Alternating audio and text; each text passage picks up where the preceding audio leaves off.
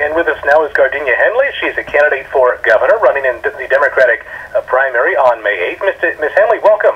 Thank you. Thank you for having me. Well, it's great to have you here. To begin with, if you would, tell us a bit about yourself and how you got to where you are today. Well, I am a retired diplomat from the Department of State, the federal government level in Washington, D.C.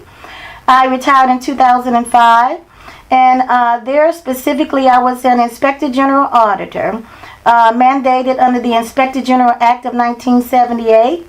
I am a veteran of the Air Force, and I studied at Shaw University, a historically black university in Raleigh, North Carolina. And also I have a Bachelor of Science from there in accounting. And also I have a Master of Tax Law from Southeastern University. And you've decided to run for governor this year. Why did you decide to run for office? Well, I've got over 22 years experience managing budgets and executing the law. Inspector Generals are a part of the executive branch of government. Their main focus is to execute the law. If things aren't working right, we were mandated to make an assessment of why they're not. And actually, in some cases, actually go in and change the law and revise the law. I decided to run for governor specifically because I've got that managerial and technical experience to do that. I know how to get North Carolina back on track, and I'm operating on the philosophy that and the knowledge that there is nothing about North Carolina that can't be fixed. You just have to know how to do it and have the experience to do that, and I have that experience. So what would be some of your top priorities if elected governor? Well, my top priorities would be getting the economy back on track, and that would be initiating the Buy Local Act. And what that Buy Local Act would do, it would encourage government, well, in most cases, it would actually force government, for lack of a better word, to buy goods and services locally. And also, one of the first things that I plan to do is to initiate and audit an oversight committee over the education budget. That really needs to be done. That's another one of my platform items. And also,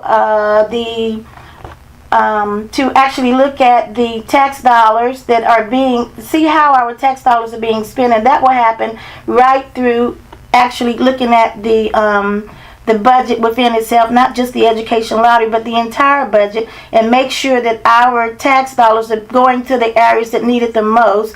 And actually, I'm going to be doing a lot of looking at fraud, waste, abuse, and mismanagement, because I really believe that exists within that the state government. You touched on the economy as well as education. Let's talk a bit more about education and schools in North Carolina. Of course, that is a top concern and a top issue for any governor. And so how would you, if elected governor, improve our schools here in North Carolina? Well, the first thing that needs to be done is the teachers need to be paid adequately.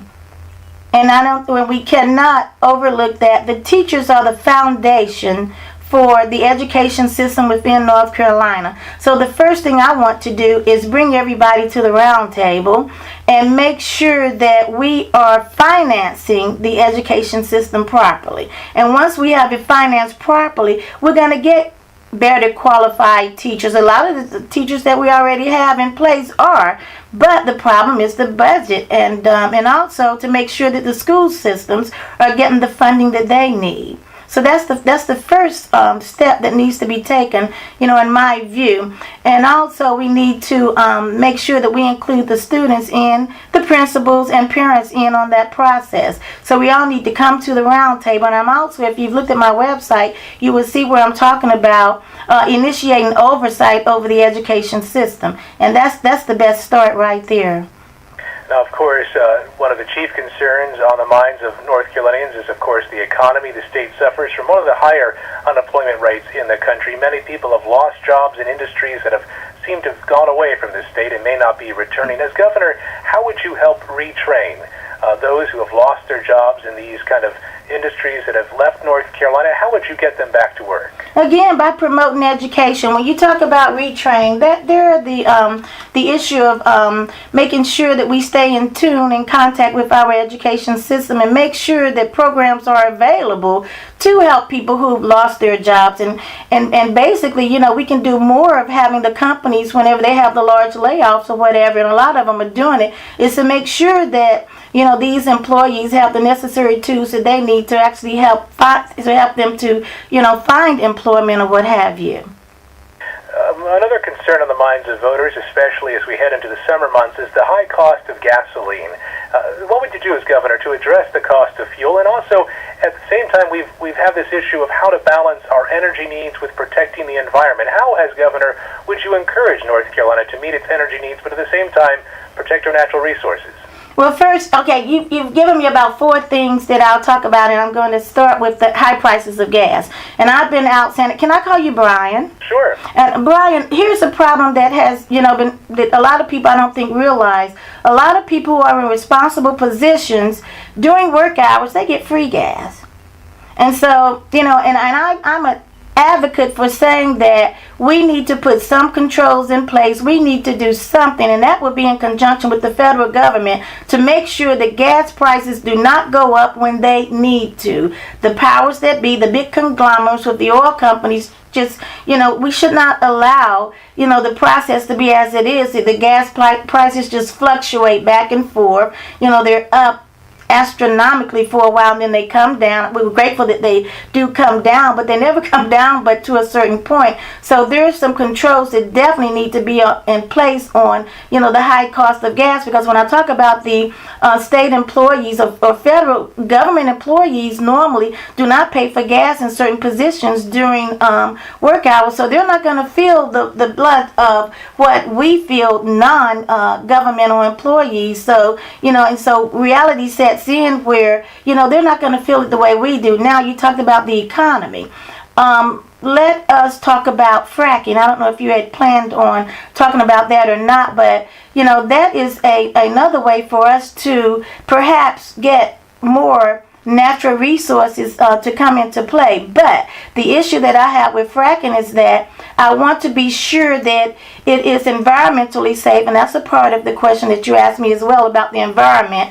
We have to make sure that wherever the drilling is going to take place, that it's not going to affect the water source. So we've got to come to the round table with all the people that will be involved in this, all the way down to the companies who are going to drill it, and make sure that, number one, it's going to be cost effective. I'm always thinking about our tax dollars and how effectively they're going to be spent as well.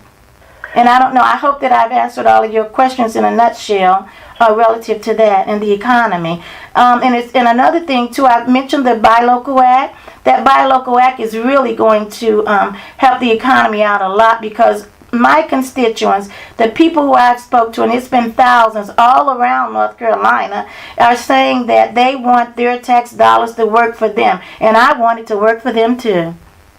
And I'm going to make sure that it happens. Now, North Carolina is home to several key military bases. We're home to many members of the military, many of whom have been serving this country overseas in Iraq and Afghanistan. They're coming home now, and they're facing challenges, perhaps physical challenges that they encountered during their service to this country. They're also facing economic challenges as they transition from military life perhaps into the civilian world. As governor, Ms. Hanley, what would you do to help our members of the military to meet their needs, especially as they transition out of the military and out of that service into the civilian world as they look for jobs? Okay, what I plan to do is more than what's ever been done before. As I said, I am an Air Force veteran. You know, I proudly served, and I believe that, and I hold fast to this, Brian, that no one should serve in the military and come back with a disability, fight for our country, and then come back and have to fight for benefits or support. We need to really deal with that. And I have people in my campaign who are very actively helping me to advocate this cause, very knowledgeable as I am about veterans' rights.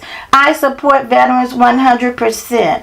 I have visited a lot of the VA institutions. I am the only candidate that was at the Charlotte Speedway out there shaking hands, talking to veterans, letting them know that we do care, and that's exactly where I plan to stay.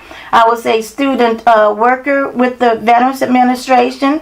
I know pretty much how the law is working. I've helped numerous veterans execute and fight for their rights within the VA system. And we also need to put it out there that other service organizations need to better inform veterans of what benefits they are eligible for before they get out and even after they get out as well. This is a major problem. We've got so many homeless veterans. We need to do something about that. Veterans are the reason why we are free right here in America. The current military are the reason why we enjoy the privileges of freedom. And we need to do a better job of supporting our veterans. And that also is number one on my list. Jobs, healthcare, education, veteran benefits, all of the above. We need to, as elected officials, if elected into office, we need to do a better job of juggling multiple tasks and not just saying that one is priority. All of them are priority and should be, rightfully so. Now, as governor, one of your tasks would be to work with the state legislature when it comes to crafting the state budget, as well as when it comes to either signing or vetoing key pieces of legislation. Now, of course, there's always the possibility that the legislature could be controlled by the opposing party. As governor, how would you work with the state legislature, especially if one or both chambers are controlled by members of the other party? I look forward to working with both sides of the legislature. And, it doesn't scare me and it doesn't cause any major concern for me as to what party will actually end up, in control of that branch. And I just want to say that we all need to do a better job of working together. Brian, I am a stickler for focusing in on the project, the program, and not the personality. And we won't go wrong with that. And I say this, that my greatest ally will be the taxpayers. And the taxpayers will become my greatest advocate because I plan to get it right. Like I said, there's nothing about North Carolina that can't be fixed. We just have to know how to do it. And it's all about the art of negotiation. So when we come forward, it's not time to play and look at personal beliefs and personal this and personal that. We need to make sure that the taxpayers are being taken care of. So when it comes to the legislators on both sides passing laws or whatever, I'm going to hold their feet to the fire and make sure that these initiatives and these laws that they are passing are not personal, that they are representative samples of the taxpayers of North Carolina. So I will be doing a lot of micromanaging to a certain point. Micromanaging, making sure that the legislators are adequately representing their districts the way that they should do. And I've been all around North Carolina, and now I can talk about it with much credibility. I know the shortcomings. That's what I did as an Inspector General Auditor, and I'm pretty good at that. Well, we have come to the final portion of this interview. This is something we call My 5 Favorites. We ask you 5 quick questions to get to know you a bit off the campaign trail. We're speaking with Gardenia Henley. She's a candidate for North Carolina governor running in the Democratic primary on May 8th. Ms. Henley, to begin with, what is your favorite movie? Wow, my favorite movie. I have several favorite movies. I don't spend too much time there, but I like the classics. So let me just say generally, I like classic movies that will be around for a long time. So I won't throw any one in particular out there because there's a lot. Sure. And what is your favorite book? I do read a lot. I also like classic books, but I don't want to throw out a specific name for that as well. But I do a lot of reading. So I won't throw out any particular name because I like documentaries as well. Sure. And what's your favorite type of music? Well, I like classical. I love classical, actually, but I like all music and progressive jazz. And who is your favorite U.S. president? I have several favorite U.S. presidents. Right now, today, it is Barack Obama. And finally, what is your favorite kind of food? My favorite food is healthy foods. Well, I like to eat, and I do like to eat well. So I like salads and things like that. And I am a vegetarian. Well, a vegan. I don't eat meat. I eat fish and chicken and seafood. Not all things that fly or swim, but the basic things. All right. Well, we have been speaking with Gardenia Henley. She's a candidate for the Democratic nomination for governor running the state's May 8th primary. Miss Henley, thank you so much for speaking with us today. Thank you, Brian, for having me. And that is that. Thank you so much for your time. We really appreciate it, and best of luck to you. Thank you very much. All right. Take care now.